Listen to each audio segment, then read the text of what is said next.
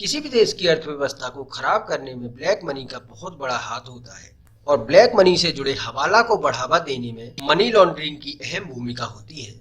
Money laundering को रोकने के लिए पूरी दुनिया लगातार काम कर रही है। दुनिया के कई देशों ने मिलकर एक नियम बनाया है जिसका नाम FATF है, जिससे पाकिस्तान को ग्रे लिस्ट में कर दिया गया है। सबसे पहले जाने की ब्लैक मनी क्या है। ब्लैक मनी उस पैसे को कहा जाता है जिस पर व्यक्ति सरकार को टैक्स नहीं देता।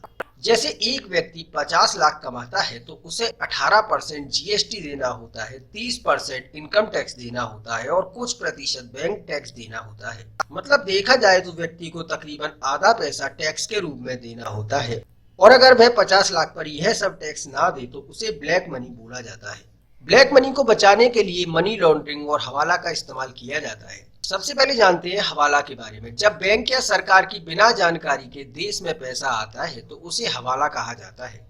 जैसे एक व्यक्ति को किसी दूसरे देश से भारत में पैसे भेजने हैं तो वह हवाला वाले एजेंट के पास जाता है। हवाला वाला एजेंट कुछ चार्ज लेता है और व्यक्ति को एक पासवर्ड या कोड बताता है। हवाला वाला व्यक्ति भारत में अपने एजेंट से उस व्यक्ति को पैसे देने के लिए बोलता है जिसको वह पासवर्ड या कोड पता है। वो पासवर्ड या कोड जो व्यक्ति बताता है उसे पैसे दे दिए जाते हैं।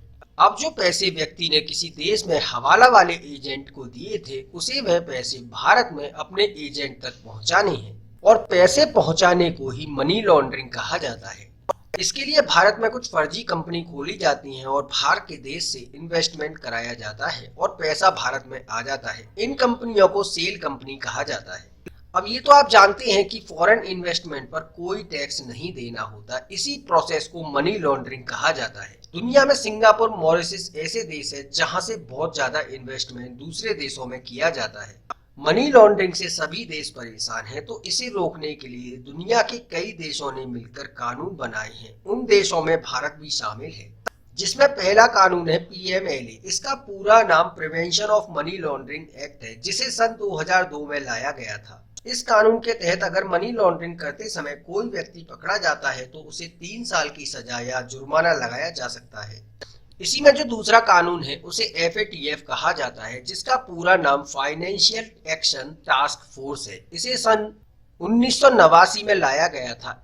इसका काम यह देखने का है कि किस देश से किस देश में ज्यादा फंडिंग हो रही है। मनी लॉन्ड्रिंग के लिए पहली बार देश को वार्निंग दी जाती है और अगर वह देश फिर भी नहीं मानता तो उसे ग्रे लिस्ट में डाल दिया जाता है। इस लिस्ट में पाकिस्तान आता है। अगर देश ग्रे लिस्ट में आ जाता है तो उस देश में फॉरेन इन्वेस्टमेंट नहीं आता। अगर ग्रे लिस्ट में डालने के बाद भी देश नहीं मानता तो उसे ब्लैक लिस्ट कर दिया जाता है। वैसे अब आप समझ चुके होंगे कि ब्लैक मनी, मनी लॉन्ड्रिंग क्या है और यह किस तरह से देश की अर्थव्यवस्था को बर्बाद करता है। इस मनी लॉन्ड्रिंग को रोकने के लिए भारत सरकार भी लगातार काम कर रही है।